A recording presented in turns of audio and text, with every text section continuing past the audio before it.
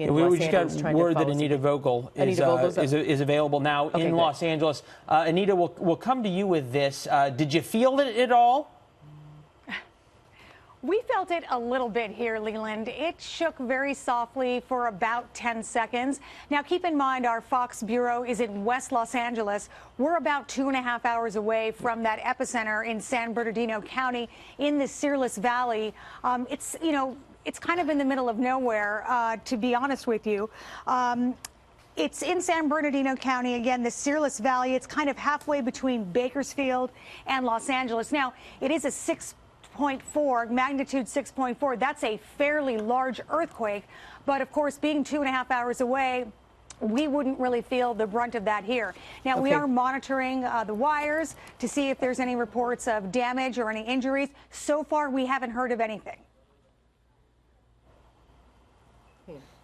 All right, we just got this in from the Los Angeles Fire Department in Eagle.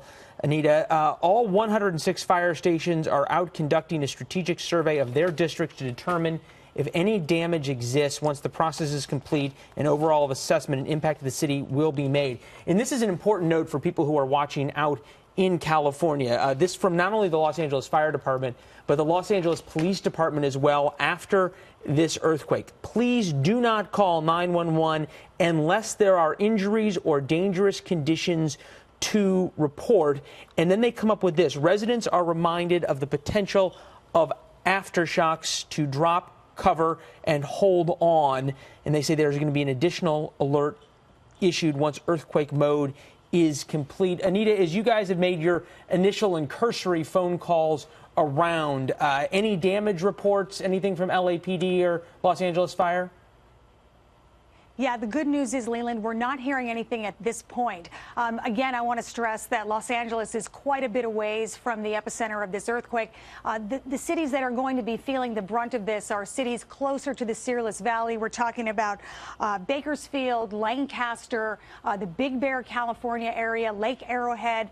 Those areas probably got a pretty good shake, and there could possibly be some minor damage in those areas. Here in Los Angeles, most people probably didn't even feel it. But we're still calling around, making our calls just to make sure that we're not missing anything. And of course, we'll get back to you as soon as we find out. Yeah, Anita, thanks so much. We'll let you get back to work, making some calls and seeing if there is any damage reports north and west of Los Angeles. This earthquake was about 150 miles north and west of Los Angeles in the Mojave Desert, quite literally in the middle of the desert. The nearest town that we can see on the maps here that we're working on is Lancaster and Bakersfield, that is about an hour and a half away from the epicenter. Yeah, and San Diego is about an hour and a half drive from Los Angeles, and I've got some friends there.